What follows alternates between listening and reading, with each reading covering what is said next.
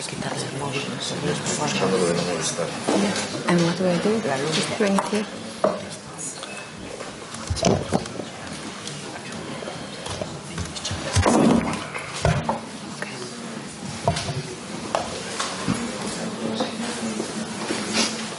Sí, dejamos, iba a decir, dejamos 5 minutos de cortesía, pero no, ya empezamos ya, no. No, que cuando sé cuántos traductores hay. 2 o 3 minutos de cortesía.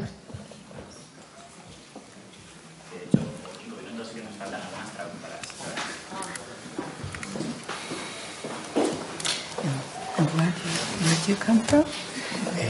De Madrid. España. No, ahora no es malo.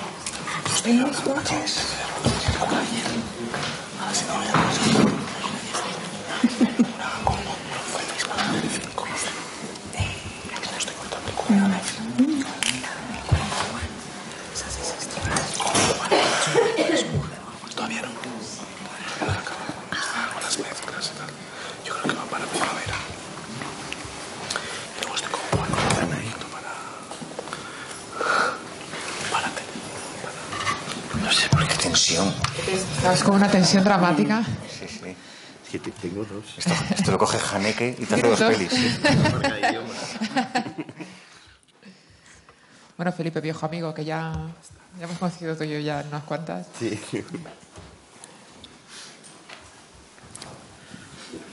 ¿Sí? ¿Ya tenemos a las traductoras? Sí, bueno. Buenas tardes a todos. Yo siempre doy las gracias, especialmente en este horario, que yo creo que aquí las... ¿Sí? ¿Se oye bien? ¿Se escucha bien? En este horario, ya a estas horas de la tarde, sobre todo porque todos comemos muy tarde cuando estamos en Donosti, es especialmente duro afrontar las tardes.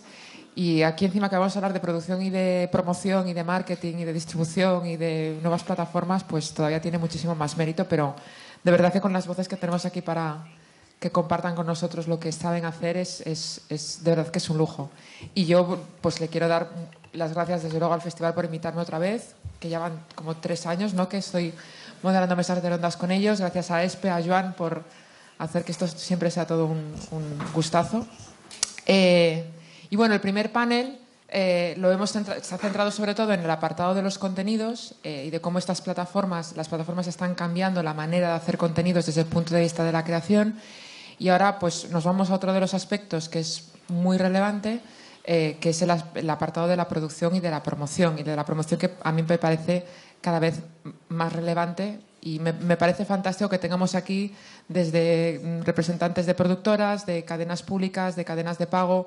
Esto yo creo que va a dar una opinión muy diversa sobre cómo ellos intentan expandir la visibilidad de sus productos, porque creo que hoy en día, a ver qué opináis vosotros, hoy la batalla dura es contra el sueño, lo primero, y contra la visibilidad, ¿no? Porque a mí, sinceramente, yo que soy, los que me conocen saben que estoy mentalmente enferma porque no me da la vida para ver todas las series y veo una cantidad indecente de series de televisión, y la cosa se está todavía poniendo mucho más complicado. A todos los conocéis, pero bueno, tenemos en la mesa a Ramón Campos de Bambú Producciones, a Agnes Johansen de RWK Studios, a Nuria Massa de Movistar Plus, a Koldo Zuazúa de Kowalski Films y a Fernando López Puig de Televisión Española. Y entonces, la primera pregunta que yo les quería plantear, un poco retomando el testigo de la mesa anterior, es si para vosotros ya se puede hablar de algo así como producir en la era de Internet. Y si producir en la era de Internet es ya algo relevante dentro de vuestras respectivas áreas y ya lo concebís como tal. Que dice producir, dice promocionar. ¿Creéis que realmente ya ha habido un cambio dentro de la compañía audiovisual de acuerdo con el nuevo entorno, o todavía hay cierta resistencia, sobre todo para los que trabajáis en los canales más tradicionales, y todavía hay cierta inercia en los procesos con los que llevamos ya funcionando desde hace décadas? Todo muy libre y muy participativo, yo no asigno turnos. Los valientes, que se animen. Bueno, me animo. Sí, la verdad es que sí se está teniendo en cuenta. Es verdad que a lo mejor no es el porcentaje más alto de las producciones, pero Movistar tiene un caso muy concreto de lanzamiento de una serie que es El modelo Scam, que es una serie noruega. La serie original viene de allí, una serie con mucho éxito, una serie en un país como Noruega que probablemente tiene 5,5 millones de habitantes, acaban viéndola 4 millones de personas, con un consumo muy progresivo, y es una serie con un formato muy particular porque todo se gesta en Internet, ¿no? Todo es a través de un blog donde sucede todo y se van colgando pequeñas píldoras que van sucediendo en tiempo real. Es una serie, bueno, supongo que la conoceréis, pero es un formato adaptado para los adolescentes, para la gente que está en la etapa de instituto, entre los 16 y los 18 años, muy respetuosa con la realidad e intenta trasladar un poco las inquietudes que suceden en esas edades, ¿no? Todos los problemas de género, los problemas con la droga, los problemas de adaptación. Bueno, problemas que surgen en esa edad y que yo creo que son muy relevantes, pero en una etapa en la que además las redes sociales, Internet, influyen directamente, ¿no? Entonces ese modelo es un modelo que se está trasladando todo el consumo a Internet, aunque nosotros como plataforma los domingos emitimos el capítulo completo, pero se va emitiendo por píldoras en tiempo real en un blog donde se sucede todo lo que va aconteciendo y además el reflejo de todo lo que va pasando en las redes sociales, tanto en Instagram como en Twitter, todo se va reflejando en ese blog, ¿no? Para nosotros está siendo un experimento porque hay que ver cómo funciona. Se intenta respetar mucho. Cuando ha llegado a España ya teníamos un poco el caldo de cultivo porque hay muchos fans que se generan en la original en Noruega, y esto es lo que nos está ayudando de alguna manera a poder moverla internamente, porque la promoción es muy limitada y todo se pretende que sea de una manera muy, muy respetuosa y muy orgánica, ¿no? Y sí, desde luego es un modelo totalmente adaptado al consumo nuevo, a las nuevas generaciones y a Internet, desde luego. Bueno, en Radio Televisión Española hace ya, pues creo que más de un año, van a ser 2 años, estamos ya con la plataforma Play, donde están, digamos, interactuando webseries con un claro contenido para la web, un claro contenido para un perfil de gente más joven y para el perfil clásico de la persona que está habitualmente, ¿no?, chequeando en redes y visionando. Sí hicimos una experiencia que para mí fue positiva, es una experiencia basada en un formato neozelandés, se llama Si fueras tú, donde había una serie de webisodios que formaban al final una gran TV movie que se emitió en lineal en la 1 al final, pero en cada episodio por la web el final era alternativo y lo elegía de alguna manera, ¿no? El consumidor era el que decía qué quería que hiciera ante unas preguntas que se le planteaban, qué querían que hiciera la protagonista o los protagonistas.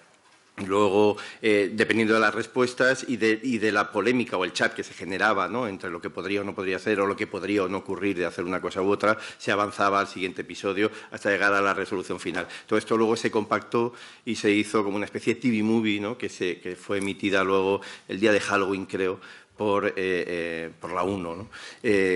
Son elementos interactivos que ahora mismo no tienen una gran presencia, pero sí creemos que van increciendo, que las visitas, además, cada vez más a toda la parte de plates y de la plataforma, ¿no?, que supone el ver cómo, cuándo y lo que quiero, y sobre todo formatos distintos y alternativos al formato clásico del lineal, están cada vez teniendo más auge. Y para los productores de la mesa, la carga de trabajo que supone incorporar este nuevo canal a las dinámicas. Cuando hablas de Internet, ¿hablas de Netflix, Amazon? No, hablo en general de Internet, de la distribución de Internet, también de los nuevos agentes, por supuesto. Es un marrón. Para los productores es un marrón, básicamente. Esa era la respuesta que yo quería, pero... o al menos para mí, en mi experiencia. Mi experiencia es, yo hago una serie de televisión para conseguir audiencia, sea para Netflix, sea para A3 Media, sea para Movistar, sea para quien sea, y de repente te piden contenidos extra alrededor de tu serie para Internet, que no me aporta demasiado para la audiencia y que al final supone que mis equipos se sobrecargan de trabajo. Entonces, yo en lo que puedo evito hacer webseries. Es muy gracioso porque yo me he llevado el premio a la mejor serie para Internet por Las chicas del cable, el Ondas. Es como, debe ser la webserie más cara de la historia del mundo. Me parece que no se puede estrenar ahora mismo una serie de televisión sin transmedia, ¿no? Es como un delito flagrante, ¿no? No lo sé. Yo no creo mucho en que Internet, salvo casos muy especiales como el caso de Scam, suba las audiencias. Yo no soy muy partidario de eso, tampoco soy muy partidario de que las redes sociales sacan demasiado por la mayoría de los contenidos. ¿Qué opina? En nuestro caso particular, nosotros hicimos una serie para Movistar, que era La Zona, que era una serie en la que Movistar planteó hacer también todo un contenido transmedia. Había un equipo única y exclusivamente vinculado al transmedia. Era un equipo de alguna manera pagado por Movistar, o sea que a nosotros nos dejó libres de esa carga. sí estuvieron presentes en todo el desarrollo de la serie, durante toda la producción, o sea que se fue gestando en paralelo la producción de la película, de la serie, con la producción de todo el contenido transmedia. Y yo personalmente, o sea, a nosotros pues no nos resultó ningún estorbo, o sea, fue una cosa muy colaborativa y en algunos casos incluso positiva. Los resultados que se Transmedia generaron luego para la serie y para la promoción de la misma los desconozco, pero sí es cierto que el público potencial de la serie no sé si tenía mucho que ver con el público que habitualmente consume el Transmedia, ¿no? Yo creo que está muy ligado el éxito de ese Transmedia a un determinado tipo de contenido, y no para todos los contenidos puede ser el mismo, porque yo creo que todavía hay muchas audiencias, muchos targets que no consumen el transmedia, el gaming y todas estas cosas en redes sociales o cosas un poco más segmentadas. Y Agnes, desde tu negocio, ¿cómo habéis vivido el impacto de Internet y de esta nueva manera de demandar contenido de otra forma completamente distinta, ¿no?, a la televisión convencional? Well, from where I come from, RVK Studios, we are, I could say, rather conventional still. Everybody was really amazed at the impact of Scam. So obviously, it was very popular in Iceland, for people up to 80 plus or something. So, but we are focusing on other things as it is. Mm-hmm. In the Nordic region, there's a lot of demand for, conventional stories. We've created something called Scandi Noir. People are starting to, get the hang of that. So we have been focusing a bit on that, but also trying to improve content-wise. Going into different areas, but. We're not producing for the internet, but it's surely something very interesting to follow and to see what you can do with something very new, very sort of current, like Scam, is just fantastic. So I think it's room for both. Tú has abierto un melón que me ha encantado, que has dicho: yo hago series para que tengan audiencia. Y vuelvo otra vez al tema, es decir, ¿qué define hoy en día el éxito o el fracaso de una serie? Que es algo que ha aparecido un poco por la primera mesa, porque hoy en día, si hablamos ya no solamente de los canales de las cadenas comerciales, las televisiones de pago, Netflix, HBO, Amazon, de aquí a un par de años tendremos Disney, ya tenemos Facebook, tendremos Apple, lo cual yo creo que nos obliga, desde el punto de vista de dos reflexiones. Uno, ¿cómo definimos que una serie es exitosa? Es decir, ¿cómo podemos definir que Scam es una serie exitosa en términos de consumo real en lineal, con el piloto, con el episodio ya encapsulado, y luego todo el consumo de este transmedia satélite que parece que hoy en día es muy necesario para fidelizar las audiencias? Y luego, por otra parte, cómo parece que hoy en día ese contenido satélite de las series, que sobrecarga de alguna manera, lo que tú comentabas, sobrecarga muchísimo al productor en la generación de contenidos, parece que es más relevante que nunca para darle visibilidad a las series, porque se produce mucho, se estrena más y cada vez hay más contenido que ver. Entonces, ¿cómo creéis que hoy en día se tiene que evaluar la manera de medir el éxito de una serie de televisión desde vuestras respectivas áreas? ¿Creéis que todavía se sigue midiendo al uso convencional? ¿Creéis que tiene que evolucionar la evaluación de que una serie es exitosa o no es exitosa? Es que depende tanto. Si trabajas para Netflix, depende de los abonados que consigas para ellos. Si trabajas para Movistar, tiene mucho que ver con eso, pero ellos añaden algo de marca que quieren crear bajo el sello Movistar. Si trabajas para Antena 3, depende de los millones de personas. Es que yo creo, y esto es mi opinión muy subjetiva, que conceptualmente hay un error en las webseries o los contenidos de Internet. Son estrategia de marketing. Una estrategia de marketing, en realidad, salvo casos muy puntuales, minoritaria. Y poco tiene que ver con la industria. Netflix no hace webseries, no hace contenidos para Internet, hace promociones, hace marketing y te coloca una valla en Callao, en Plaza de España, y nos vamos todos a hacer la foto, los del equipo allí con la valla. Pero en realidad ellos no hacen una promoción creando contenido original para Internet. Sí que Y por eso creo que habría que separarlo bien de la industria. Bueno, hay algunos casos como Scam, que es muy, muy reconocible, y hay otras series que también lo son, que nacen para Internet, pero creo que el contenido directamente para Internet es un contenido que no crea suelo de industria. Esto que hablaban en la mesa anterior, de que hay que crear un suelo primero para hacer unas series de autor y por encima poder hacer otras cosas mucho más grandes, el audiovisual que estamos viviendo hoy en día, en España, por lo menos, tiene mucho que ver con la gente que ha hecho televisión comercial durante muchos años y se ha concentrado en hacer televisión comercial en 4 millones de espectadores. Esa gente ha creado un suelo sobre el que hemos construido lo que tenemos hoy. Y Netflix viene a España.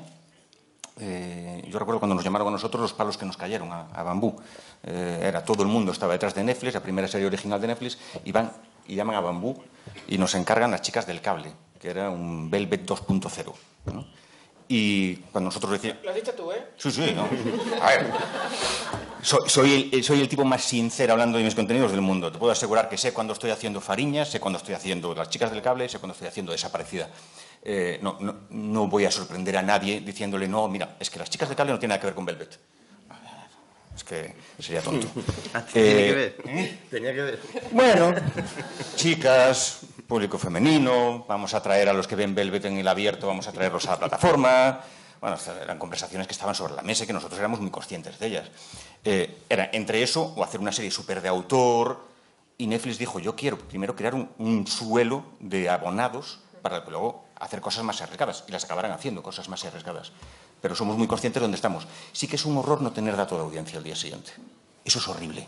Yo acostumbrado a aprobado, suspenso cada día, llegas, estrenas un viernes y el sábado te levantas a las 8 de la mañana y es el silencio, los grillos, ¿sabes? No hay dato de audiencia. Y el domingo tampoco, y el lunes tampoco, y el martes tampoco. Y solo te enteras del dato de audiencia cuando te llaman y te dicen, renovamos. Entonces dices, ha ido bien. Bueno, ese es entonces un indicador del éxito, ¿no? Si te renuevan, es que la serie lo ha petado. ¿Qué pasa por Movistar? Es decir, ¿cómo evalúa, cómo está ante un proyecto como Scam? Es decir, me imagino que se tienen en cuenta muchos indicadores, no solamente si consigue derivar mucho tráfico hacia la plataforma, si se ve mucho, si consigues nuevas suscripciones, si se ve todo ese contenido que se genera. Es decir, entiendo que la evaluación del éxito de ese programa es, bueno, muy heterogénea. Sí, la verdad es que nosotros el éxito, bueno, como objetivo principal estaba crear un portfolio muy amplio que cubriera muchos targets y mucho público, porque al final tienes una serie de abonados que están en familia y tienes los diferentes perfiles y una de las principales ideas era poder cubrir con el portfolio todos los targets a los que pudieras llegar. Para nosotros el éxito se mide en la satisfacción del cliente. Si el cliente se queda, si el cliente permanece, si el cliente está contento, eso sí se testa, eso sí se encuesta y respecto a otras series o respecto a series premium que se compran fuera, esa valoración está encima de la mesa siempre porque es el único objetivo que tienes, que el cliente esté satisfecho, esté orgulloso y esté teniendo lo que está demandando, ¿no?, en la televisión. Entonces, por ese lado, nuestro medidor está ahí. O sea, el churn puramente, es decir, que se está satisfecho y que no se vaya de la plataforma. Es mucha fidelización y luego lo que apuntaba Ramón, a nosotros también tener este portfolio de series tan amplio también nos permite dotar a una marca con unos valores ya un poco asentados, como es Movistar, como plataforma, dotarla de atributos que se pueden comunicar solo a través de estos productos, ¿no? Rejuvenecer esa marca me lo permite Scam, ¿no? O Virtual Hero o cualquier proyecto que va más a un target más joven y yo puedo hablar con el espectador en un código distinto que no me permite Movistar como plataforma, y eso se valora mucho para poder dotar de eso, de esos atributos positivos a la marca. O sea que tenemos renovación, tenemos por otra parte marca y tenemos también evidentemente el churn y una televisión pública. ¿Cómo mide el éxito? Es que es muy buena pregunta. Yo voy a poner aquí una cosa así un poco en común porque estamos todavía, desde la dirección y desde el cambio en la presidencia que hoy hace poco, se está replanteando, ¿no? La televisión pública y sobre todo la española, otras no dependen del consumidor, no dependen de anunciar un producto para que ingreses caja y que puedas seguir produciendo. La televisión pública en España depende de impuestos y depende de cuotas que pagan otras televisiones, telefonías, etcétera, etcétera. Con lo cual, de alguna manera, la cuota necesito que el anunciante venga para que consuma, para que el espectador que me ve consuma, lo tenemos superado. Lo digo a tono como introducción para hace unos meses estrenamos y se emitió la serie La otra mirada. Y pongo La otra mirada, no sé si la conocéis, si habéis visto algún capítulo.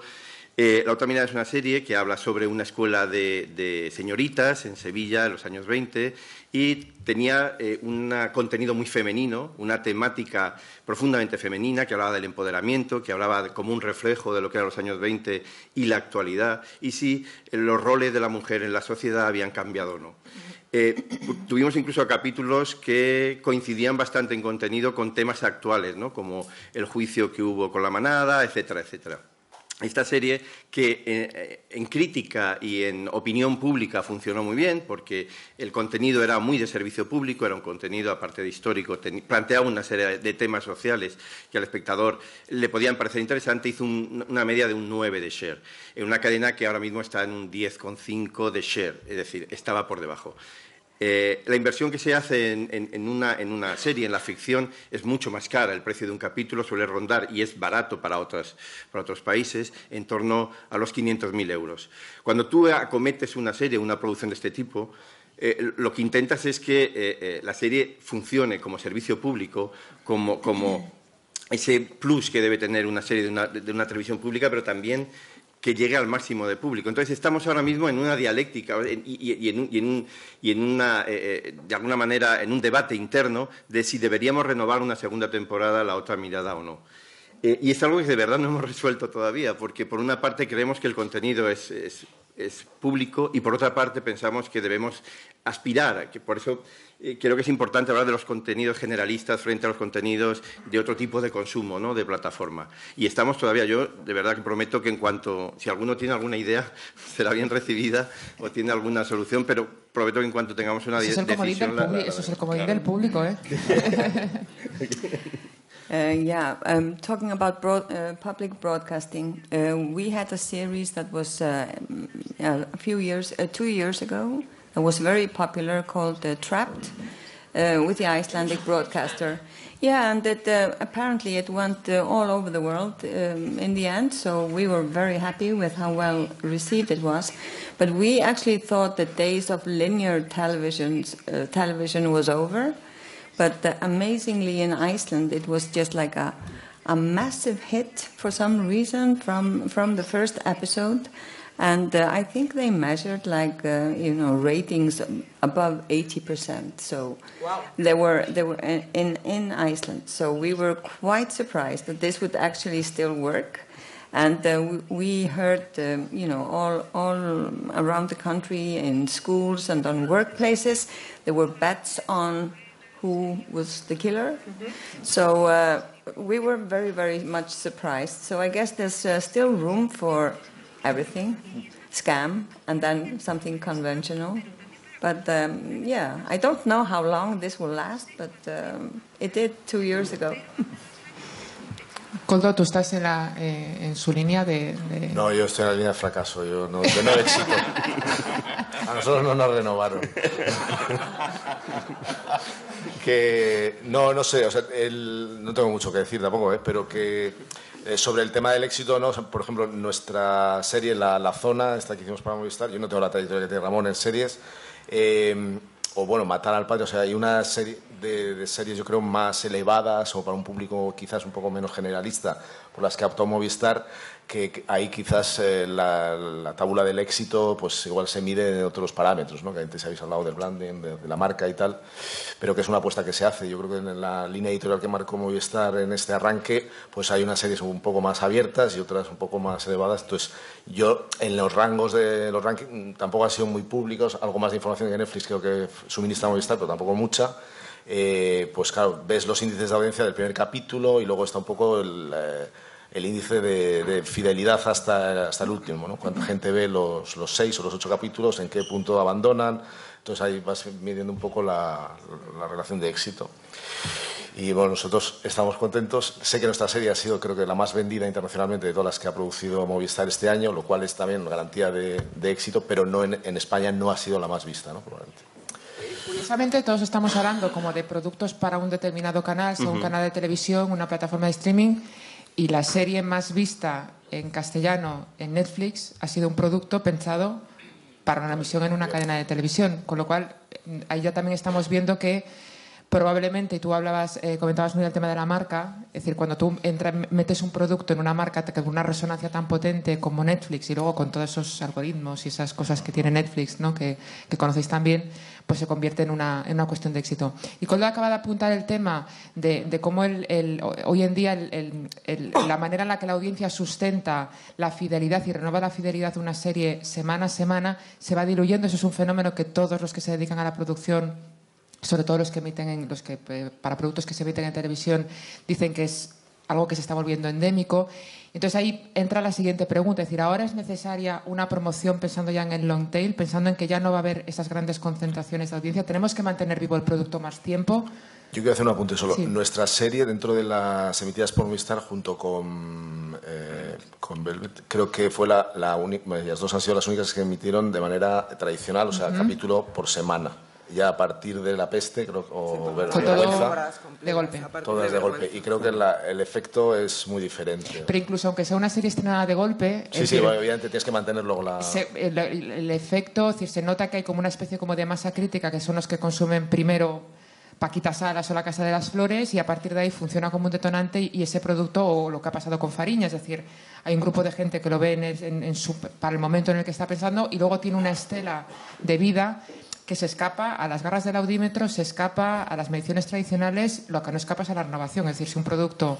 Si hasta ahora ya están renovando series autoconclusivas, que me parece una maravilla que renueven series autoconclusivas, es un fenómeno que me parece maravilloso, pero sí que me gustaría un poco que evaluásemos esto, porque estamos en un festival de cine y una cosa que hace 5 años era insólita era ver OPIs de series de televisión. Es decir, estamos viendo cómo las plataformas, Movistar incluida, están pensando en promoción de series de televisión hibridando campañas de cine tradicionales, en el que parece que están pensando en ese primer fin de semana, que es como, bueno, yo lo tengo que petar el primer fin de semana y luego ya generar masa crítica y que la gente... Entonces, ¿vosotros tenéis esa misma percepción? ¿Tenéis la percepción de que el marketing tradicional de series de televisión ha cambiado? ¿Que estamos adoptando las fórmulas del cine de toda la vida, de comprar espacios, de poner anuncios en internet, de... Es que no es que haya cambiado, es que no teníamos un mercado de televisión. Teníamos televisión española, perdón, que me gusta mucho televisión española, pero teníamos televisión española, Telecinco y Antena 3. Y ahí se acababa nuestro mercado. Entonces no necesitaban hacer grandes campañas, porque al final... todo quedaba en casa todo. Claro, cada uno se promocionaba en su cadena, con sus cadenas de Radio Nacional, Onda Cero, y al final sus 5 millones, 6 millones de espectadores tenían que mantenerlos. Si lo hacían más o menos bien, ¿no? Mantenían esos 5 millones y a vivir, porque semana a semana los iban a tener ahí. Lo que podía pasar es que Telecinco compitiese en la misma semana, hacían 2 movimientos de contraprogramación y a seguir viviendo. Claro, llegada de Netflix, Amazon, Apple, HBO, Movistar, eso hace que eso no valga, porque ellos no tienen esa masa de espectadores de base. Entonces lo que tienen que empezar a hacer es empezar a comprar espacios publicitarios. Por ejemplo, Movistar compra espacios publicitarios en Telecinco, en Antena 3 y en Televisión Española. Llega Netflix y dice, vale, compro espacios publicitarios y ¿qué más puedo hacer? Invado Barajas y al mismo tiempo me hago toda Gran Vía y en Pontevedra. Al lado, cuando yo el tren a Pontevedra. Yo soy gallega, con yo todo también. respeto. No, a ver, más respeto que yo soy gallego y mi equipo es gallego y mis hijas son gallegas y mi mujer es de Pontevedra. Llegamos a Pontevedra, vamos a la estación de tren y hay un cartel de Netflix, ¿no? De nuestra serie. Y yo no había visto eso jamás, ¿sabes? En Pontevedra. En Pontevedra. Se gastaron más pasta casi que en la promoción de Star Wars para las chicas del cable. ¿Lo puedo citar? ¿Te puedo citar? Casi más, ¿eh? Casi más. El hecho es que ellos necesitaban promocionar. Ahora Movistar empezó a hacer lo mismo. Movistar empezó a salir a la calle, que antes no salía a la calle, y de repente tiene que salir a la calle. Me encantará ver qué hacen Apple y Amazon cuando lleguen con la primera serie. Porque tienen que hacer algo más, porque tienen que llamar la atención sobre los otros, ¿sabes? Entonces, yo creo que la promoción cambia en la medida en la que el mercado ha cambiado, ¿sabes? Y el mercado se va haciendo más grande y hay que invertir mucho más en promoción. No sé si he respondido. Yeah. And additionally, because then more money and more power is put into the series, they're making more, they're getting better, they're getting stronger. And also the way you can sort of access series now, you don't have to wait a whole week to watch the next one, you binge watch, and it's sort of like, digging into a big book over a weekend or something. So it's a different kind of consumption. So all this together is sort of making that sector much stronger, and it's just going very fast forward. Felipe mira con cara de no sé muy bien de qué. ¿Como yo? Sí.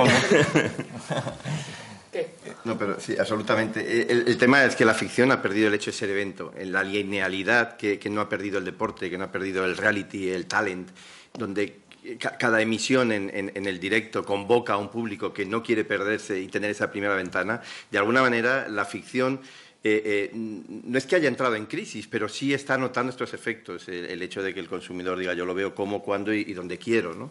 Antes se hablaba también del tema de en qué dispositivo estoy además consumiendo, ¿no? Porque ya se hacen incluso series dependiendo de qué dispositivo. La propia Netflix incluso modula su estética visual según sea para un tipo de dispositivo u otro, ¿no? Ese es el gran reto, o sea, no es malo, yo creo, para la ficción, es el gran reto que tiene ahora la ficción, cómo volver a convocar, porque yo creo que no es una batalla que esté perdida, es hacer otra vez que el espectador crea que esa primera ventana que tiene el jueves a las 10:30 es la ventana más importante y quiero ser el primero en verlo. Es un poco lo que ha creado HBO, por ejemplo, con Juego de Tronos, ¿no? Que en España todo el mundo se levanta a las 2:30 de la mañana porque es justo cuando se cuelga la serie en ese momento, ¿no? Y hay una auténtica rivalidad para empezar a chatear y empezar a comentar el capítulo. Y antes de conectarse a Twitter. Fundamentalmente. Entonces, eso es algo con lo que son las cartas que están dadas y con lo que, de alguna manera, la linealidad de la televisión, que creo que no debe perderse, tiene que, de alguna manera, no competir, pero sí modificarse o rehacer, de alguna manera, el concepto de la serie en el abierto y en el lineal, ¿no? Felipe, solo para Fernando, perdón, Fernando. Si quieres llamarle Felipe, le parece. No, claro, yo sí, no sé si Felipe estaba más para allá. Momento de confusión. ¿Tú crees? Porque hay mucha gente que acaba porque a la ficción le queda muy poco tiempo en el lineal. Hay mucha gente que dice la ficción acabará recluida en las plataformas de streaming, no tiene ningún sentido en una parrilla, una serie de televisión. ¿Tú crees que se equivocan? Yo creo que el mercado es muy grande y el tipo de consumo todavía hay muchísima gente que renuncia a meterse en una tablet, a estar pendiente de una plataforma, a estar mirando un escaparate que le abruma. Porque para mí uno de los hándicaps que tienen ahora mismo las plataformas es que tu producto, y lo digo a los productores que hay aquí, ¿no? Después de elaborarlo, tú quieres que tu producto tenga personalidad y en muchísimos de los casos acaba metido en un gran escaparate perdido entre las películas de suspense, las de acción y las series de comedia, ¿no? Eso es algo que está provocando ese overbooking y que es una manera de consumo que yo creo que el lineal tiene ahí una defensa como para volver a recuperar, digamos, por decirlo de alguna manera, por dar esa fuerza a una serie en concreto, personalizar y hacer una campaña en concreto. Por eso creo que no tanto se trata ya de una cantidad de audiencia como de una cualidad de audiencia, ¿no? Por eso volvemos otra vez a las producciones que no convocan a un gran público, pero sí un público que va a serte muy fiel, que va a darle una marca de identidad a la cadena, que al final es lo que buscamos, ¿no? Una marca de identidad, que sepas que esta cadena es muy buena en estos temas o en este tipo de género. Y, por otra parte, también te va a permitir que tú puedas tener, en el caso de los comerciales, ¿no? Que puedas tener unos comerciales muy, muy fieles porque saben que ese público va a acudir a sus productos, ¿no? En la anterior mesa todos tenían muy claro que la tendencia a la globalización ha cambiado muchísimo, evidentemente, la forma de crear. Yo leí hace no demasiado tiempo que Netflix incluso ha creado su propio departamento, un departamento que lo que trata es de evaluar la exportabilidad del producto. Es decir, que Netflix produce pensando que está produciendo para todo el mundo, ¿no? Y ahí es un poco lo que os planteo. Estamos en un momento en el que es más fácil que nunca exportar contenidos, sobre todo exportar latas, ¿no? Tradicionalmente vendíamos los formatos y cada territorio hacía sus propios contenidos, pero estamos en como una especie de edad, un momento muy dulce para la venta de producto terminado en otros territorios, que de repente Agnes comentaba el caso por ejemplo, de Atrapados, lo que ha pasado con La Casa de Papel, que se ha convertido en un fenómeno, o lo que ha pasado con Fariña, que lo están viendo en otro territorio, y que de repente eso, que parecía tan lejano, se está produciendo. ¿crees que eso es una tendencia que se va a generalizar? Es decir, cada vez el productor y las cadenas tienen que pensar en productos en clave global. Es decir, ¿el mercado está así de globalizado? ¿O crees que todavía conviene apostar por producto de proximidad? O ya no podemos hablar de producto de proximidad. Es decir, porque Fariña, uno podría pensar que es un producto de proximidad, pero sino que baje Narcos y lo vea, ¿no? Sí, o Gomorra, o Roma Criminal. Yo creo que si no tienes éxito en España, no vas a tener éxito en el mundo. Es muy difícil. Y La Casa de Papel es la excepción que confirma la regla. Pero es muy difícil que Netflix te venga a buscar si no tienes 4 millones de espectadores o 3 millones de espectadores en España y te dé un lugar privilegiado en su plataforma por el cual luego puedas explotar fuera. Antes hablabais de una cosa, que es que La Casa de Papel sí que está remontada afuera, pero no es un fenómeno de ahora. Nosotros cuando vendimos ya Gran Hotel, remontábamos nosotros Gran Hotel para capítulos de 45 o 50 minutos y lo que hacíamos era terceros actos de los capítulos con muchísimos cliffhangers para tener muchas posibilidades de corte para la venta internacional. Pero tienes que trabajar para tener éxito en España. Tanto si trabajas para Netflix, como si trabajas para Movistar, como si trabajas para Antena, para Televisión Española. Si no tienes éxito aquí, es muy difícil que lo tengas fuera. Y Agnes asiente. Yo creo que... I think you're absolutely right. I think the main thing is to focus on being local, and that way you can actually become global if you have some quality stuff. And I think we were so, overly provided with American stuff before, series and stuff like that, English speaking, at least in the north of Europe. So I think now people are looking for something else. So, for example, in the Nordic region, I can speak for myself in Iceland. We have a lot of series from around the world to watch, and I think people are getting more and more into that. So, but of course, the creme de la creme, the best of what's coming from other countries. So basically, just... we need to produce good quality stuff, and I would always bet on, focusing on the home territory first. Y en el caso de Movistar es justo a la inversa, ¿no? Movistar coge un producto, una marca, porque Scam ya es una marca, y crea una adaptación local. Sí, pero en el contexto hay mucho... O sea, el objetivo, desde luego, sí que es que las series salgan fuera, que se internacionalicen, pero yo comparto que desde un producto que tenga la calidad y la exclusividad, además, yo creo que vende, ¿no? Que vende al final tus costumbres, tu cultura fuera, si está bien hecho, es muy atractivo, porque pasaba con Atrapados, ¿no? El ver espacios con los que una ciudad, una población totalmente nevada, lo que sucede ahí, las circunstancias que acontecen en función de eso, era lo que también atrapaba al espectador, ¿no? Entonces, si se hacen las series con esa visión internacional, por supuesto, lo que comentaba Koldo, La Zona se vende a un canal premium americano. Todo esto pues tiene muchísimo valor. O La Peste, un montón de series se han comprado por productoras internacionales, pero desde luego la visión es españolizar el mundo y no a la inversa, ¿no?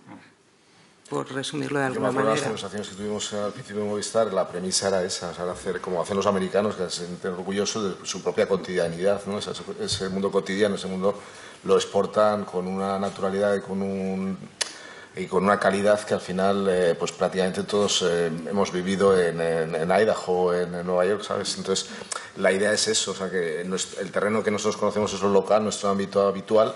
Y si lo contamos bien, con una narrativa potente y con unos valores de producción adecuados, eso puede llegar a tener una internacionalización muy fuerte, ¿no? Y eso yo creo que Movistar en todas las series, o sea, La Peste, La Zona, Vergüenza, Feliz, El día de mañana, todas son ámbitos muy locales, porque es España, al final lo que se cuenta. No, La Peste era la cultura y la sociedad en la Sevilla del siglo XVI, ¿no? Y todo esto tiene muchísimo valor, y en La Zona igual, en una zona en Asturias, o sea, esas localizaciones y todo eso sí que se quiere trasladar fuera, pero al final las buenas historias, las emociones y los sentimientos son comunes a todos, ¿no? Entonces, si está bien hecho, se acepta fuera, claro. ¿Creéis que, sobre todo ahora tengo en la cabeza Netflix y un fenómeno muy curioso en el caso de Netflix es que, sobre todo para sus productos estrella, para los productos más globales de Netflix, curiosamente hace campañas muy locales. Y esa aproximación de marketing a mí me resulta muy curiosa y tengo muchas ganas de saber qué va a hacer con La Casa de Papel. La Casa de Papel, que se ha convertido en un fenómeno con distintas manifestaciones locales, y cada país tiene su personaje favorito. Es decir, la serie ha calado de manera muy diferente en Brasil, en Turquía, en Italia, en Francia. Es decir, en cada país ha calado de una manera muy diferente.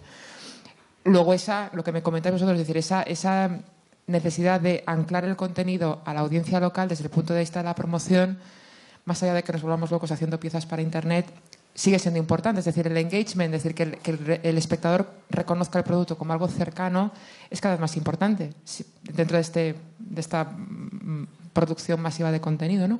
¿Vosotros lo creéis así? Quiero decir que el espectador... Detrás de la banderola. No, sin duda. España además es un país muy especial a la hora de la ficción durante años, ¿no? España es un país como aislado, ¿no? Porque tenemos una ficción que nos funcionaba muy bien, una ficción absolutamente distinta por el formato, por la duración, por muchas cosas al resto, ¿no? de ficciones en el resto del mundo, porque estábamos como una área de confort. Las series americanas, sobre todo extranjeras, pero sobre todo americanas, quedaban relegadas, ¿no? a cadenas menores porque no tenían mucho recorrido, salvo excepciones en el prime time, hasta que de pronto pues, ha llegado otra forma de consumo. Esa forma de consumo nueva es la que de pronto nos ha puesto otra vez al vecino aquí al lado. Entonces, no solamente tengo la serie americana ya pegada, sino porque encima la puedo ver cuando quiera, no cuando tú me la emitas. Yo creo que eso ha creado un revulsivo, que yo creo que es bueno también, para que de alguna manera, sin dejar de producir lo local, estemos pensando en lo más internacional. Lo más internacional pasa por los tiempos, las duraciones de nuestros capítulos, pasa porque tenemos que pensar en los géneros que planteamos. Muchas veces no es un problema de que sea local o internacional, es un problema de género. Si tú estás hablando de un thriller y hablas del noir nórdico, por ejemplo, lo que estás haciendo es un thriller muy local, pero es un thriller. Y el thriller viaja muy bien. Si tú hablas de una comedia, la comedia puede ser muy local, pero viajar muy mal. Yo creo que el género acompaña también a ese tipo de cultura, ¿no? Y yo creo que nosotros... luego los thrillers son lo más difícil de vender. Sí. Sí. En el mercado internacional, tú colocas un thriller, para mí es una depresión llegar a Cannes, porque entras en el pabellón de Cannes y hay 200.000 series. Sí.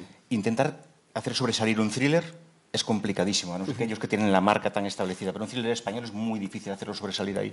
En cambio, hay otros géneros que son más sencillos para nosotros. Porque España, curiosamente, en el mercado internacional se está situando muy bien en el melodrama y se está situando muy bien en lo que era la evolución que nosotros llamábamos el dramedia. El dramedia era muy difícil de exportar, ¿no? La dramedia nuestra era aquellos capítulos interminables de 70, incluso 80 minutos que te resolvían muy bien un prime time, ¿no? Yo creo que ahora mismo eso continúa con escasos casos, formatos, pero yo creo que lo que se ha evolucionado es al melodrama, a historias que tienen un trasfondo de época, que es lo que yo creo que internacionalmente más se está vendiendo ahora mismo en España. Sí. Pero yo creo que sí es verdad que los géneros, dependiendo, hay géneros más universales y géneros más difíciles de consumir, como es el humor tan local de cada país, ¿no? Yo hilando con esto que dice Fernando, y no me refiero al caso de Scam, pero sí que a nosotros nos ha pasado en este último año que nos han ofrecido hacer adaptaciones de series de fuera.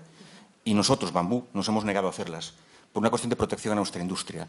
En España hemos vivido dos situaciones que son muy contradictorias y muy extrañas. Es el entretenimiento original español no se hace, hay casos muy puntuales, y lo que se hace es comprar formatos de fuera permanentemente para ponerlos en España.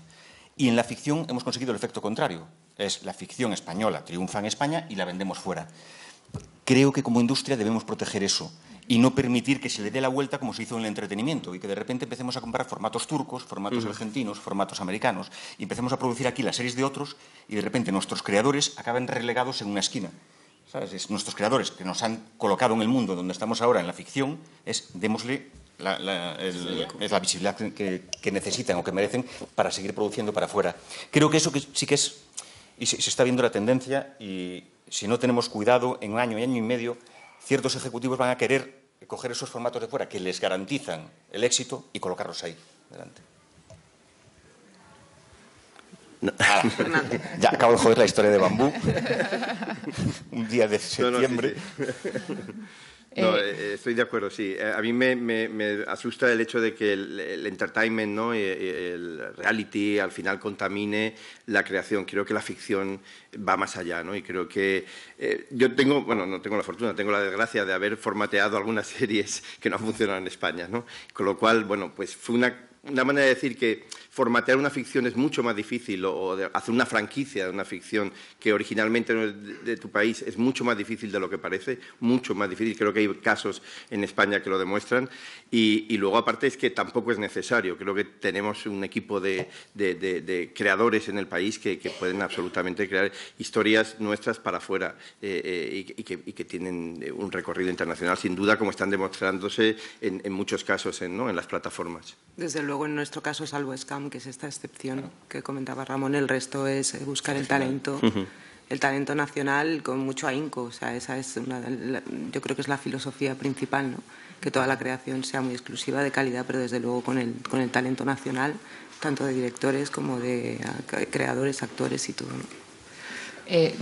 Decías tú que la producción y la promoción han cambiado, pues porque el mercado ha cambiado, y yo creo que queda patente desde vuestras respectivas experiencias que el mercado no tiene nada que ver, ni siquiera hace un año. Es decir, hace 2 años yo tenía una teoría sobre la televisión, sobre la audiencia en televisión, y se me ha ido al carajo. Ya no sé qué decirle a mis guionistas. Pues verás el año que viene. Bueno, va a ser una fiesta. El año que viene va a ser una fiesta. Yo doy el turno de palabra por si queréis hacer alguna pregunta. Si no, seguimos por aquí el debate, pero la verdad es que hemos abierto un par de melones. A Felipe lo veo un poco callado, pero no pasa nada. Me voy a ir al fondo. Mira, veo varias manos levantadas.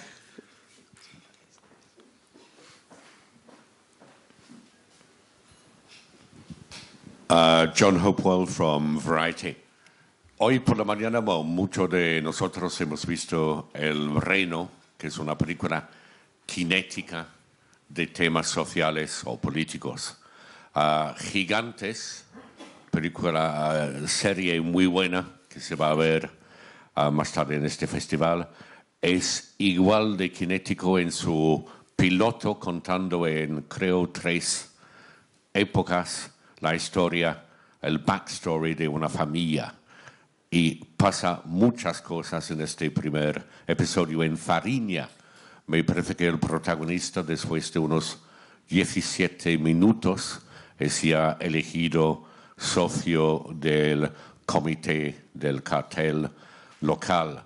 Parece que las series son cada vez más packed with events, más rápidos para enganchar, incluso cuando hablan de temas sociales, aunque quizá estoy equivocado. Entonces, esto es mi pregunta.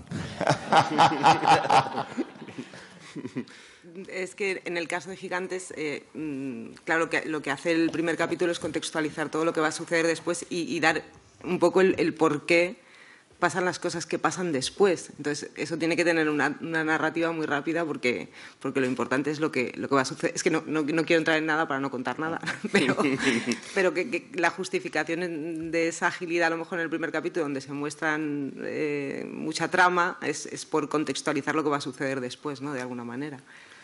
Yo por poner un ejemplo un poco al hilo, cuando se estrena una serie en pack, ¿no? En una plataforma, cuando tú te metes en Twitter o ves opiniones, normalmente dices, no, espérate al 4.º capítulo, que el 4.º capítulo empieza a coger fuerza, aguanta, y la gente aguanta. En una televisión en abierto, a los 10 minutos ya el primer tuit es vaya mierda de serie, ¿no? Si no ha gustado. Creo que la diferencia es muy grande y la capacidad de paciencia del espectador es muy distinta en una plataforma o en otra, ¿no? En un consumo o en otro. Yo creo que nosotros somos conscientes de eso. Eso obliga a, y creo que se hablaba antes, ¿no? Me estoy metiendo un poco en la parte del creador, pero obliga a una serie de conductas narrativas, ¿no? Aceleración, un tempo más ligero y dar más datos en menos tiempo, que evidentemente tiene la serie en abierto y la serie lineal, que no necesariamente tiene que tener. Lo bueno de la plataforma del consumo diferido es que tú puedes jugar con todo tipo de formatos. En el abierto estás más sujeto a un tipo de narrativa, ¿no? Que es el que te obliga a que el espectador permanezca ahí. Yo soy hijo del abierto. Yo me desarrollé mi carrera en el abierto. Qué bonito, es que nací, crecí, me reproducí en el abierto. Para mí, a mí me marcó mucho la experiencia de nuestra primera serie, que fue un fracaso absoluto, que fue Guante Blanco. 3 capítulos, nos retiraron de audiencia. Con Televisión Española. La Televisión Española. Hace 10 años, 9 años. Y a mí eso me dejó tocado de muerte. Y era una serie en la que yo venía de hacer un éxito relativo de crítica que era Desaparecida, que era una serie en la que no teníamos prisa, en la que íbamos contando las cosas con mucha calma, que era un gran drama, que era una familia que pierde a su hija o le desaparece, y es todo el thriller y el drama de esa desaparición. Y nuestra primera serie como Bambú fue Guante Blanco, en la cual hicimos un relato súper calmado. El ostión fue tan grande que nos retiraron al 3er capítulo y yo me pasé 3 meses analizando en qué me había equivocado. Lo que yo llamo la autopsia de la serie, ¿no? Yo cogía la serie y me la veía una vez tras otra, los 8 capítulos de los 13 que hicimos, y yo decía, ¿en qué la cagamos? Si lo sabíamos hacer, ¿en qué la cagamos? Ese análisis me llevó a casi hacerme un decálogo de cosas. Y en el decálogo no se pueden marchar nunca. Entonces, nuestras series arrancan y no se pueden marchar nunca. Entonces, mi obsesión en la sala de montaje es, como yo me aburra lo más mínimo, me voy. Entonces, si yo me voy, imagínate mi madre o la prima de mi madre que está en casa deseando cambiar para ver otra serie. Entonces, eso es una obsesión. Y lo hacemos en Fariña, lo hacemos en cualquier lado. Es una marca de vuestra casa, creo. Una tara. Hola. Yo quería preguntar un poco en torno a los criterios de que una serie se dé luz verde para hacer o no. O sea, contextualizo. Ahora, como con este boom ahora de las nuevas plataformas, como que mucha gente joven o productoras pequeñas están empezando como a, yo qué sé, rodar pilotos e intentar venderlos, y estás todo el rato, los que trabajamos oímos no sé quién está rodando un piloto, no sé qué, que lo va a intentar vender y no lo voy a llevar a Netflix, lo voy a llevar a Movistar, no sé qué. Pero al final todas las series que se están haciendo y que vemos que se anuncian son todo de gente, de guionistas que conocemos, de directores que conocemos, de productores que conocemos, o gente ya con un bagaje profesional que ha hecho muchas producciones. Al final creo que no he visto ninguna serie que se haya anunciado de gente desconocida, ¿sabes? Entonces quería preguntar un poco si realmente prima el carácter artístico, digamos, que la serie pueda funcionar, porque son series que yo veo que a nivel de producción son muy viables, pueden ser baratas y artísticamente están muy bien, pero nunca no se hacen. Entonces eso, sí, ¿qué es lo que prima a la hora de cuánto prima el nombre, cuánto prima la calidad, un poquito hablar sobre esto?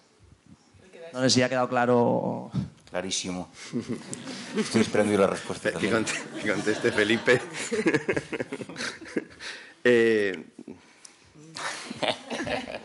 La verdad, no, es que yo no soy la persona más indicada para contestar, porque yo en todo este tema de las series, todo lo que llevo es la promoción y el marketing. Entonces, yo no estoy en el proceso de aprobación de qué va para adelante o qué no va para adelante. O sea, yo creo que, desde luego, son las buenas historias lo que prima. Y luego todo lo que se busca alrededor, yo creo que seguramente hay ese interés por gente que es más desconocida o por cosas más... O sea, de hecho empiezan a realizar y a producir gente que no ha producido nunca, ¿no? Que a lo mejor tienen más nombre porque son actores o son, ¿no?, en el caso de Leticia Dolera, que dirige una serie, pero yo el criterio, de verdad que no soy la más indicada para... Yo sí. Sí. Por ahí. No, yo creí que ibas a... No sé. Sí, bueno, aunque parezca que no, es decir, lo que ves tú un poco es el resultado final de todo ese proceso. Y curiosamente, el resultado final de todo ese proceso, hay mucho autor desconocido que no llega a la última parte. Es decir, nosotros siempre trabajamos con un contrato de desarrollo, siempre intentamos, antes de dar el paso a producción, evidentemente, con todo lo que pones en la parrilla a la hora de hacer una serie, intentamos que haya un desarrollo, que haya un contrato previo donde veamos guiones, donde veamos formato, donde veamos posibilidades. Y en ese proceso, de verdad que estamos abiertos a cualquier creador. De hecho, un poco, no era un creador que venía de la nada, evidentemente, pero era más desconocido. Javier Olivares vino él solo con Ministerio del Tiempo en la mano para entregarlo a televisión. Bueno, Ramón también fue un poco... Ramón llega con Desaparecida. Sí, nosotros somos un caso un poco raro porque nos van a buscar a Galicia, y yo trabajaba en una productora en Galicia y nos coge Bernardo y nos lleva a Madrid. A ver, no nos vamos a engañar. Las cadenas, todas las cadenas, da igual, las plataformas todas, hay un miedo que es darle el poder a alguien que no lo ha hecho nunca, es darle un coche con mucha potencia a alguien que no sabes cómo lo puede conducir. A lo mejor es Fernando Alonso, pero si es Cañita Brava, se lo has dado igual, ¿sabes? Y se te estampa contra la pared y tus jefes te dirán, oye, estamos idiotas, ¿le has dado el coche a Cañita Brava? ¿No? Entonces, la forma más habitual es que tú, como creador, entres en una productora más grande, que te apadrine de alguna manera, que te ampare. Esa productora grande va a la cadena, le da una cierta garantía y a partir de ahí se empieza... Bueno, eso, los Cabezudo, Jorge Sánchez Cabezudo, lo hicieron igual, trabajaron con Fernando Bovaira y luego crearon su productora y hicieron La Zona. Nosotros hicimos eso con Desaparecida, creamos nuestra productora e hicimos Guante Blanco.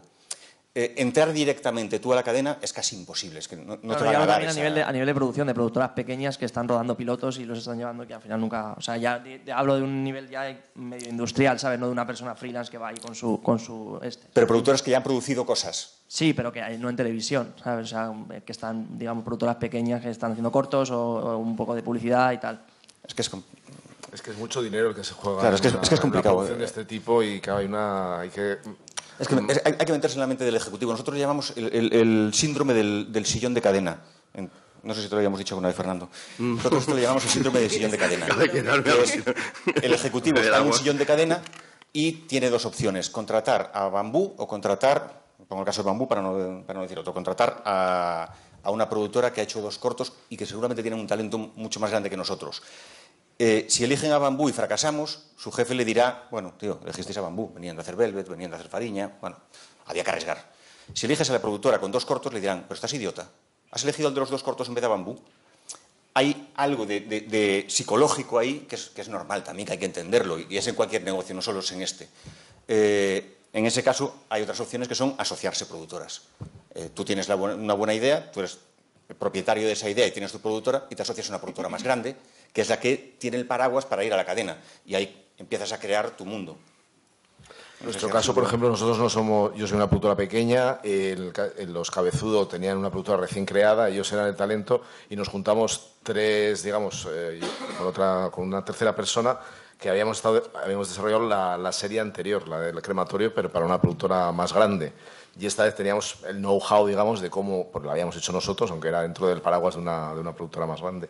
Y entonces, esta vez Movistar, yo no pensaba que nos iban a dar el paquete a nosotros solos, pero al final nos la dieron. O sea, generamos la suficiente solvencia y éramos 3 productoras pequeñas, o sea, pequeñas comparadas a Bambú, por ejemplo, o yo qué sé, o Diagonal, o cosas así, que son productoras que están habituadas al producto televisivo, al producto seriado, ¿no? Entonces, para nosotros fue una excepción y la jugada es esa, es juntarse gente que de alguna manera pueda ser complementaria para generar la solvencia suficiente a la cadena del producto que quieres vender. Y es posible, es difícil, pero es posible. Lo que pasa es que tienes que juntarte con gente que te dé la solvencia.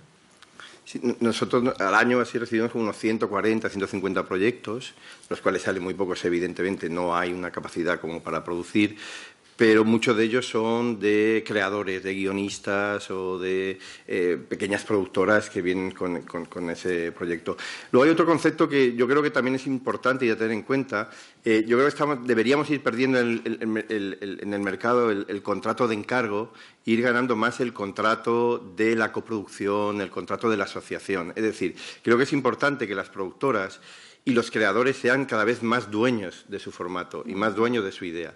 Y que las emisoras, que es una de las maneras, cuando hablamos de la supervivencia de la televisión en lineal, una de las maneras de poder seguir emitiendo y de poder seguir haciendo producción en lineal de ficción, es que la cadena no arriesgue el 100% del presupuesto de su financiación, perdón, de su inversión, y que la productora ofrezca vías como, bueno, te dejo una licencia, una ventana de 10 años, tienes a lo mejor parte de equity, pero luego tienes además unos derechos en tu país, etcétera, etcétera.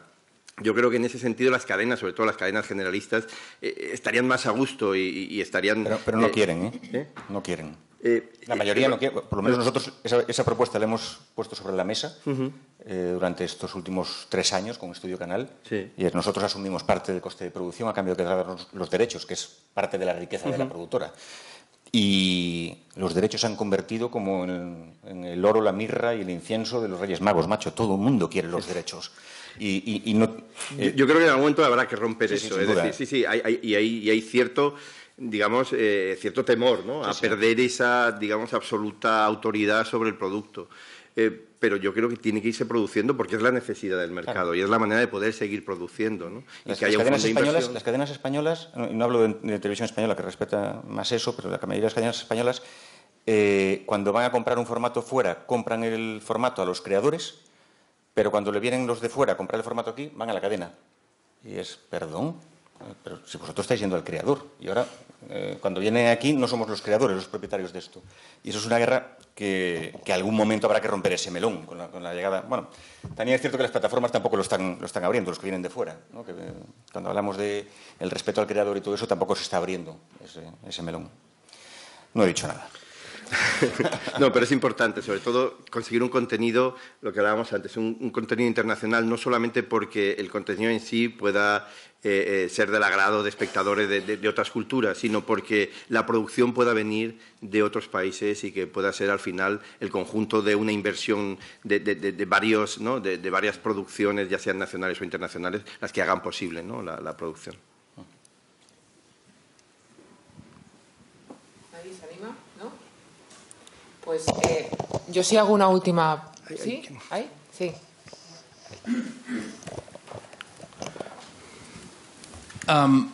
With so much new content then, what kind of challenge does it present finding these creators? Because there's so much new content, especially like you're producing for the whole world now and for multiple platforms, not just for those 3 broadcasters here in Spain that you were talking about originally.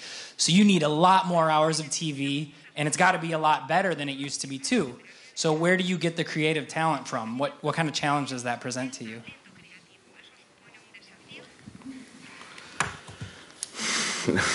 El del talento es él. A ver si respondo con esto. En Bambú tenemos muchos guionistas. Yo soy guionista de origen.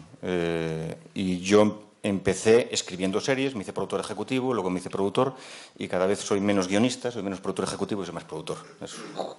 Voy dando la vuelta a la tortilla. El caso es que desde hace 2 años yo decidí que los guionistas tenía que formarlos. Tenía que empezar a encontrar talento en la base. Entonces lo que hacemos es, vamos a las escuelas de cine, cogemos guionistas recién salidos de la escuela de cine que no tienen nada, que no han hecho nada, y los ponemos a escribir. Y los ponemos a escribir a mi lado. Estamos escribiendo una película para Antena 3 y Warner ahora, escrita por 3 chicos que no habían hecho nada antes de entrar en Bambú. No habían firmado nada. Y lo primero que están escribiendo es una película para Antena 3 y Warner conmigo. Ha entrado un nuevo chico ahora que está escribiendo una serie que estamos presentando en una plataforma. Creo que es responsabilidad de los productores coger ese nuevo talento, introducirlo en la rueda, ¿no? Y darles las armas para que dentro de 5 años, ojalá, me retiren a mí, ¿no? Y me peguen un empujón para atrás a mí y empiecen a hacer las producciones ejecutivas de Bambú ellos y de repente se monten su productora y de repente hagan eso. Creo que el sector ha crecido mucho y es cierto que no estamos dejando a los nuevos guionistas entrar en la rueda. Y eso sí que es jodido. Y tenemos que hacerlo, tenemos que conseguir que esos chavales entren en nuestra rueda. Y creo que tiene parte de culpa los guionistas veteranos también, que son los que ponen los codos y dicen, esto lo quiero controlar yo. ¿Sabes? Porque durante muchos años me han apaleado y ahora que no me apalean voy a estar yo aquí en la barricada. Sorry. Yeah, I totally agree with you. I think we need to, grow more talent. For example, in the Nordic region, it's very hard to find the good writers that have made something in the past to work on a series for you, because either they are producing their own, or they've been bought to abroad. So they're in the States and in the UK. So. They just keep going. So we just have to move faster, get more people, on the writing. Es que los chicos ahora son mucho mejores guionistas de lo que éramos nosotros por una razón muy sencilla. La cantidad de impactos creativos que tienen no los tuvimos nosotros. Yo para ver series de televisión extranjeras esperaba un DVD que me mandaban desde GECA, ¿no? Que me traía 3 pilotos al mes. 3 pilotos de algún lugar del mundo y no decidías de dónde. Podía venirte un coreano, un sudafricano y uno de Argentina. Y eso era lo que veías de fuera, ¿no?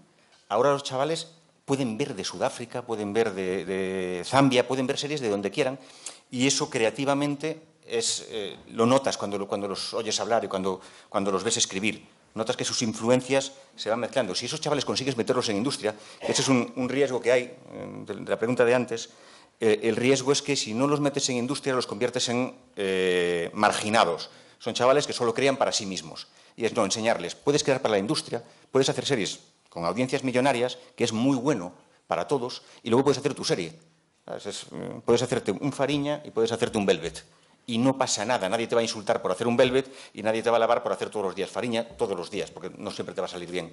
Y yo creo que enseñarles eso a los chicos está muy bien. Mis chicos pasan por las series más comerciales, escriben al personaje de Pablo Echevarría en Velvet y luego cruzan y se van a Fariña o así Tomiñanco. Entonces eso los enriquece mucho porque también entienden muy bien lo que tenemos que hacer como industria nosotros. Me emociono.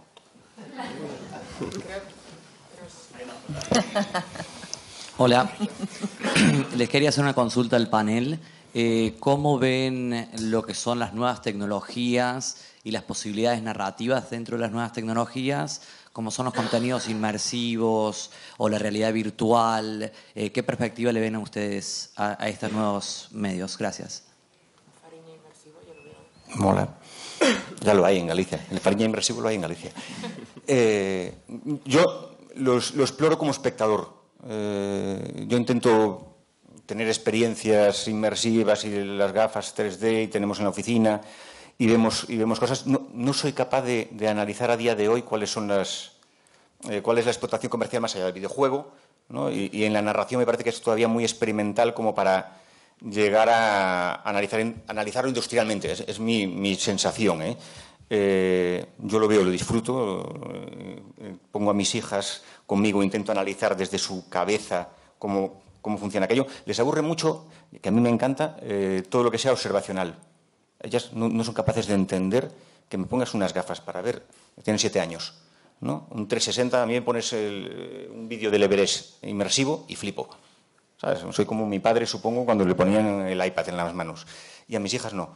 Entonces, yo no sé si estamos preparados nuestra generación para eso, ¿sabes? Para crear con esa cabeza. No sé si tienen que venir estos nuevos y pegarnos a bofetada. Yo creo que un poco el salto es que no existan porque están al servicio de, sino que existan como alternativa de otro producto, ¿no? Y en sí mismo. Y ese paso todavía no se ha dado. Yo creo que se está haciendo. El otro día nosotros hicimos un tráiler con Estoy Vivo, que por cierto se estrena el martes que viene, era uno. Hicimos un tráiler de 4DX. 4DX es esa experiencia sensorial donde tú en la butaca, aparte de lo que está ocurriendo en la pantalla, te sucede, pues bueno, si hay aire te soplan aire y si llueve te cae agua, ¿no? Entonces fue un tráiler que estábamos un poco pues para darle esa dimensión a la serie o darle algún titular que pudiera ser útil, ¿no? para la serie, ¿no? y para ayudar a la serie. Pero creo que hace falta que todo eso tenga valor por sí mismo, ¿no? Estés hablando de una serie o no. Creo que tenemos tiempo para una última ya. ¿Estás diciendo ya una última, no? Bueno, yo he llegado tarde, así que corro el riesgo de preguntar algo que quizás se ha preguntado antes. El tema de las coproducciones, y son varias preguntas, no sé si rompo el tiempo con eso, es que ¿cuánto se tiene en consideración, qué valor se les da a la hora de desarrollar y a la hora de financiar? Y ya que se le da valor, si se le da, ¿no es eso el paso definitivo de dar al productor la posibilidad de retener algo de derechos? Así se hace en otros países, que a la hora de que ya el país de origen, digamos, no la cadena de origen, no financia al 100% de la serie, en este momento es cuando el productor es quien tenga la oportunidad de participar en la explotación internacional. Tú tienes algo que decir de esto, ¿no? Sí, bueno, nosotros lo hemos intentado varias veces, no lo hemos conseguido en televisión, pero sí. A ver, yo creo que la retención de los derechos no debería pasar por nada. Debería pasar porque el creador es el que debe de retener sus derechos y porque merece que las generaciones sus hijos, nietos, tengan pues, el fruto de su trabajo. Pero sí, sabiendo que eso no va a pasar, que nadie va a dar nada diciendo, venga, nos hemos vuelto buenos y mañana nos damos los derechos a todos los creadores, eso no va a pasar en la vida, sí que hay que empezar a hacer un intercambio y ese intercambio tiene que ver con, vale, yo pago parte. En Italia se hace. En Italia funciona el sistema. En España yo creo que va a acabar pasando porque es inviable si no. Claro, sí. Y no va a estar. Y creo que y esto es algo que voy a hacer una predicción, creo que acabará pasando que seamos una industria fuerte, en 2 añitos, una industria de televisión muy fuerte, y que los guionistas estarán unidos y harán un parón. Y entonces todo cambiará. 2 años, ¿eh? En 2 años nos vemos en esta sala, ¿vale? No, but if Se lo está apuntando. Sí, sí. yeah, but Sí, no. maybe Como acierte. maybe voy a if un it's caso. maybe it's different. Obviously, it's different here in Spain. I can hear, but from where I come from, you know, if the idea originates with the producers, and you get, for example, the national TV on board, they get a small share, but all the rights lie with us, the producers. Yeah. Yeah. Por eso decía que España era un país especial, España era un país muy especial a la hora, ¿no? Habíamos estado como muy aislados en la forma incluso de contratar, ¿no? Que eran encargos y al final la cadena se quedaba con los derechos de formato y prácticamente la idea original si te descuidabas. Pero es verdad, ¿eh? O sea, nosotros estamos ahora mismo con una producción que puede valer como ejemplo, donde hay 2 países involucrados, puede haber un tercer país y hay una productora y hay 2 productoras, una de cada país. Al final las cadenas no son las que, digamos, activan esos contratos, sino es a través de productoras que son las que realmente de alguna manera montan la financiación. Y estamos con una duda sobre contratación, sobre si realmente nosotros contratamos con la productora española y ella asume toda la parte de ¿no? de la otra productora, de las otras cadenas, etcétera, etcétera, y nosotros hacemos el contrato simplemente con esa productora y evidentemente incluye derechos, incluye propiedad intelectual, incluye todo. Y luego es cuestión de la productora el que esa parte suya la pueda vender o no a terceros, siempre y cuando, claro, no choque con el acuerdo que tiene con la cadena. O si realmente hacemos un acuerdo entre todos los productores, ¿no? Una firma 4 o 5, es decir, todos los socios que vayan a unir la coproducción. Estamos un poco ahora en esa tesitura, ¿no? De ver si es verdad que nosotros como cadena pública tenemos una serie, ¿no? digamos, de obligaciones o protocolos que nos marcan. De hecho, que al final, con los presupuestos que trabajamos son presupuestos del Estado, ¿no? Y eso nos da una forma de trabajar que tiene que ser muy clara y muy limpia. Pero sí, estamos planteando ya una producción de este tipo. Bueno, creo que ya no queda tiempo para más. No sé si hay alguna pregunta. Seguro que ellos se quedan por aquí. Yo de verdad que me lo he pasado pipa, a pesar de los lapsus y de todo. De verdad que desde el segundo día en Donosti ya la cabeza ya no funciona bien. De verdad que muchísimas gracias a todos por vuestra generosidad, que sé que no siempre es fácil compartir información, por vuestra honestidad, que tampoco es muy frecuente que uno diga abiertamente lo que piensa, y porque de verdad yo creo que nos hemos pasado todo un rato muy agradable, yo la primera, y oye, nos vemos para lo de la huelga de guionistas en 2 añitos, en 2020. Muchas gracias a todos.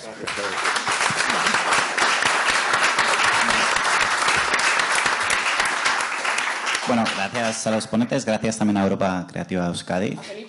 A Felipe, que ha aportado Y a las 7:30 tenemos un cóctel aquí en el Club de Prensa ofrecido por Extremadura Film Commission, donde estáis todos invitados, ¿vale? Gracias.